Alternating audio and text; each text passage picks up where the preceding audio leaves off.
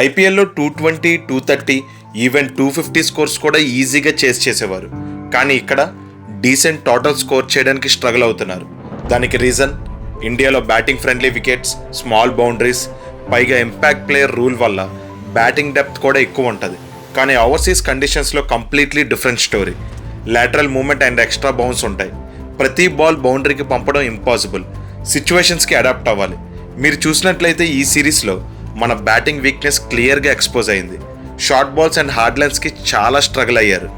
Shocking fact ఏంటి అంటే 4 మ్యాచెస్లో 75+ రన్స్ స్కోర్ చేసిన బ్యాటర్స్ ఇద్దరే.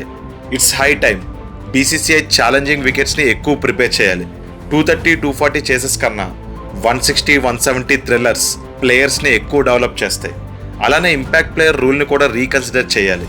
న్యూ ప్లేయర్స్ని ట్రై చేయడంలో తప్పులేదు, కానీ ఫారెన్ కండిషన్స్లో టీమ్ బ్యాలెన్స్ లేకుండా బ్యాటింగ్ పొజిషన్స్ కాన్స్టెంట్గా చేంజ్ చేస్తూ ప్లేయర్స్ని డ్రాప్ చేస్తూ ఉంటే ప్లేయర్స్ కాన్ఫిడెన్స్ చాలా డౌన్ అవుతుంది. ఇప్పుడున్న ప్లేయర్స్ ఎవరు తక్కువ కాదు, అందరూ equally talented, but they need to play according to the situations.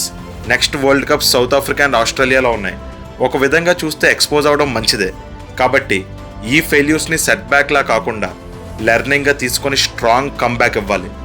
ఇప్పుడు వరుసగా 2 సిరీస్లు ఓడిపోవడానికి రీజన్ ఏంటంటారు? కామెంట్ చేసి చెప్పండి.